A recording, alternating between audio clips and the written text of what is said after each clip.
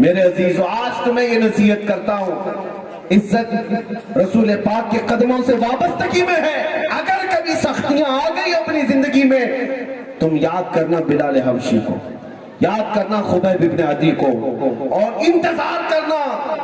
تھوڑی دیر کی بات ہے، اگر جان بھی جائے گی، آنکھ بند ہونی ہے، میرے مصطفیٰ تشریف لائیں گے، اور ان کے جمال جہاں آرا کو دیکھنے کے بعد پھر ہر تکلیف ہلکی ہو جائے گی۔ لیکن ایک بات یاد رکھنا، کسی کو راضی کرنے کے لیے اپنا دین مت بیچنا، کسی کو راضی کرنے کے لیے اپنے اخلاق مت بیچ دینا۔ جیسے کچھ لوگ آج اپنا سٹیٹس بڑھانے کے لیے وہ کہتے ہیں ہم گانے سنتے رہیں گے، تھوڑا سا پاش طریقے سے ہم کو رہنا ہے تاکہ عزت ملے گی، پھٹی ہوئی جینسیں پہنیں گے اور ادھر ادھر ڈیزائن کریں گے تاکہ ہمیں بھی لوگ پاش کہیں۔ یہ وہی حال ہے، کوا چلا ہنس کی چال، اپنی چال بھول گئے۔ تم ان کے پیچھے چلنے کے لیے نہیں آئے، تمہارے ہیرو وہ نہیں ہیں جو پردے سیمی پر نظر آتے، یہ مجرا کرنے والے اور تمہیں جہنم کا راستہ دکھانے والے جو پردے پر نظر آتے، یہ تمہارے اصل ہیرو تھوڑی نہ ہیں۔ تمہارے اصلی جو ہیرو ہیں وہ خالد بن ولید ہے، تمہارے جو ہیرو ہیں وہ صلاح الدین ایوبی ہے۔ تم ان کرداروں کو پڑھو بھی اور ان کی عزت کو دیکھو، اللہ نے ان کی دنیا میں کیسی مدد فرمائی ہے۔ آج بھی ہوگی مدد اللہ کی، لیکن شرط یہ تم مصطفیٰ کریم کی غلامی میں وفاداری کرو، سچے بن جاؤ۔ آؤ اعلیٰ حضرت فاضل بریلوی کے اس پیغام پر میں اپنی گفتگو کو ختم کرتا ہوں۔ اس بریلی کے امام نے کہا تھا، میں پھر اس جملے پر آتا ہوں، وہ جو نہ ہو تو تھک گئے آپ، وہ جو نہ ہو تو، وہ جو نہ ہو تو، ہاں یہاں پر بھی وہ جو نہ ہو تو، میری زندگی میں وہ جو نہ ہو تو، میری قبر میں بھی وہ جو نہ ہو تو، میری حشر میں بھی وہ جو نہ ہو تو، جب پتا ہے وہ جو نہ ہو تو کچھ نہ ہو۔ اعلیٰ حضرت فرماتے آج لے ان کی پناہ، آج مدد مانگ ان سے، کل نہ مانیں گے قیامت میں اگر مان گیا۔ انہیں جانا انہیں مانا، نہ رکھا غیر سے کام، للہ الحمد میں دنیا سے مسلمان گیا۔ کی محمد سے وفا تو نے جو ہم تیرے ہیں، یہ جہاں چیز ہے کیا، راہ و قلم تیرے ہیں۔ وآخر دعوانا الحمدللہ رب العالمین۔